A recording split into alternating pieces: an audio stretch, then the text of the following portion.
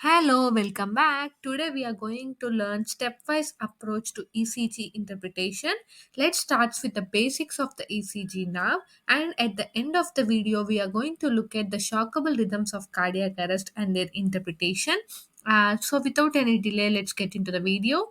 Here I have beside me a ECG rhythm strip, which is a 12 lead ECG.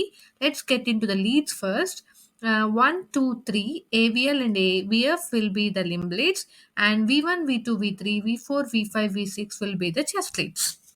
Now let's learn about the boxes. The rhythm strip here shows large squares and few small squares within it. One small square is equal to 0.04 seconds or 40 milliseconds or 1 mm in amplitude. 5 small square is equal to 1 large square. 1 large square is zero point 0.2 seconds or 200 milliseconds. So 5 large squares is equal to 1 second. Remember this, and this is particularly important in when calculating the ST elevation in myocardial infarction, which we will be learning later. Before calculating rate in beats per minute, we should understand that a rhythm strip recorded for 1 minute will therefore consist of 1500 small squares or 300 large squares, which will be equal to 1 minute. So let's start with the first step in ECG interpretation is to look at the waves. See here we have a strip with waves, P wave, QRS complex and T wave. First, when you look at the ECG, look at in the lead 2, which will clearly show you all the waves if P wave is followed by QRS and is QRS followed by a T wave. Here we have an animation which shows atrial contraction, blood flowing into the ventricles contract and blood flows into the circulation. So let's relate it to the ECG now. So we have a P wave which represents the depolarization of left and right atrium and also corresponds to atrial contraction. Strictly speaking, atria contract a split second after the P wave begins. Because it is so small, atrial repolarization is not visible on the ECG. In most of the cases, the P wave is smooth and rounded, and it will be positive in leads 1 to AVF and V1 through V6. So now it's clear that P wave is for atrial contraction. Now let's learn about the QRS complex.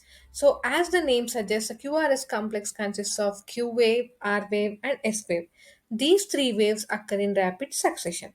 The QRS represents the electrical impulse as it spreads through the ventricles and indicates ventricular depolarization. It means now QRS is for ventricular contraction. And there is a T wave which follows the QRS complex. It indicates ventricular repolarization, or in simpler terms, it is ventricular relaxation.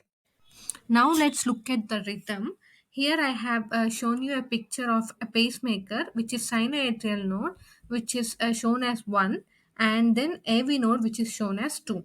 A rhythm is said to be a sinus rhythm when the electrical stimuli are initiated in the sinoatrial node and then they are conducted through the AV node and then they travel into the ventricles. So if P waves are present, in the ECG, then it's a sinus rhythm. If P wave is absent, then it is arrhythmia. So now, how can you say if a rhythm is regular or irregular? In this picture, let us look at the boxes in between the R waves, like big squares in between the two R waves. So there are three boxes in between the two R waves. So it's mostly a regular rhythm. Or else, if there is a discrepancy, then it's going to be irregular. Now let's calculate the heart rate in the ECG. So for a regular rhythm, we can calculate the heart rate like counting the number of large squares and dividing it by 300. For example, here there are three large squares in between the two R waves. So 300 divided by 3, it is going to be around 100. This is for a regular rhythm as I told you. For irregular rhythms, we have to calculate the rate by using a formula called number of R waves over a 10-second period into 6.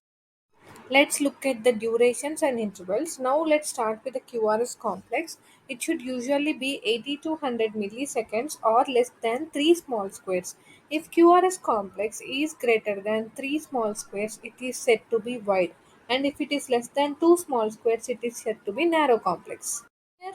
Here I have shown the various ECG pictures in which there is a normal QRS narrow, and wide QRS complexes. Let's interpret the first ECG here. I couldn't see any P waves here, so it's not a sinus rhythm and it might be a arrhythmia.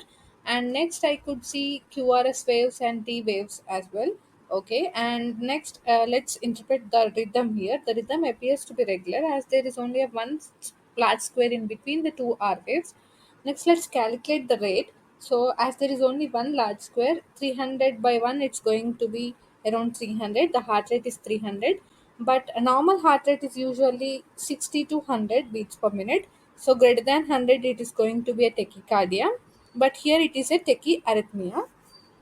Looking at the QRS complex, it is less than two small squares. So, it is a narrow complex. So, summarizing, it is a regular narrow complex tachyarrhythmia. So, it is SVT.